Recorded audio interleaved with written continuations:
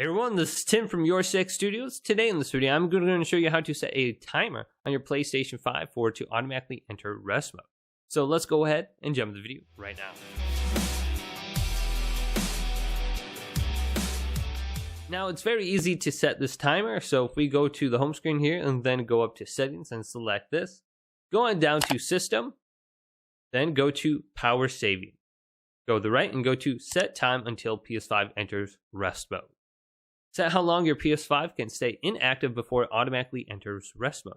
If you select don't put in rest mode, your PS5 will stay turned on and will consume more power. So let's select here. Then we have two options.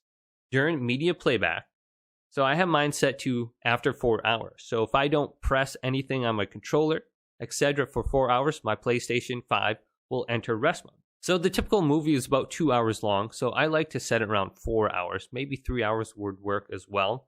Then for playing games, I set this to 1 hour. If I'm not touching my controller, usually that means I'm awake. So adjust these settings how you want, then back out of here. And then you can do the same thing for your controller. Set time until controller turns off. So I have mine set to 10 minutes, so I use the minimum amount of battery life. So hopefully this video did indeed help you out. If it did, go leave a big thumbs up and subscribe to my channel down below for more tech help videos coming up next on YourSix Studios.